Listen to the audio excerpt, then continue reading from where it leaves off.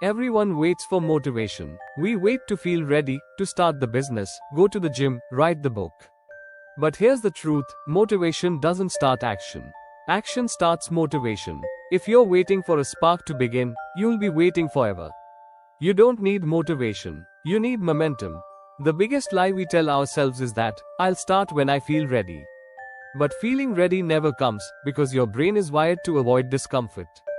When you imagine doing something new, a workout, a project, a conversation, your brain runs a simulation of effort. It predicts pain, uncertainty, and failure.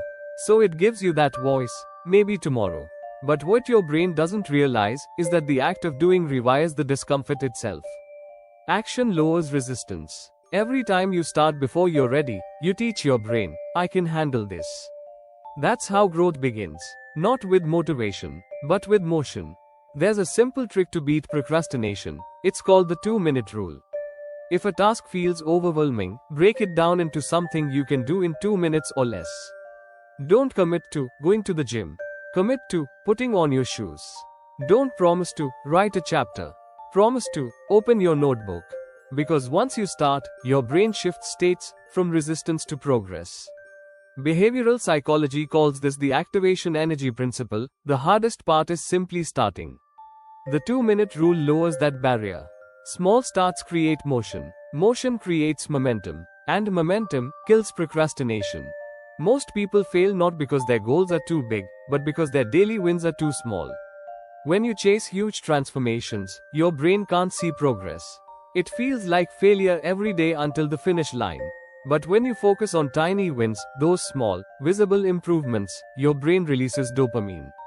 That tiny, I did it, hit tells your system, keep going. Tiny wins compound. 5 minutes of reading every day turns into books finished. 10 push-ups a day turns into a stronger body.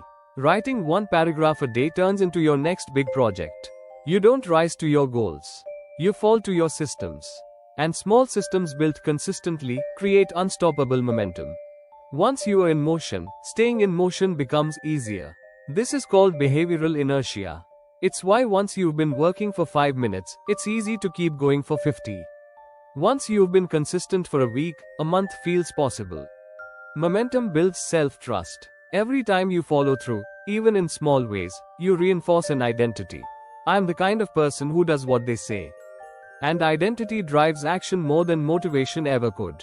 When you start seeing yourself as someone reliable, your brain rewires itself to stay that way. This is how habits become automatic. You are no longer chasing results, you're reinforcing who you are. Here's the mindset shift. Don't focus on how motivated you feel. Focus on what direction you're moving.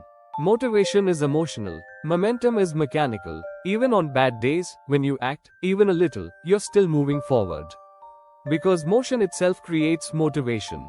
The days you act without feeling like it, those are the days you win the long game. If you've been waiting to feel ready, this is your sign to start anyway.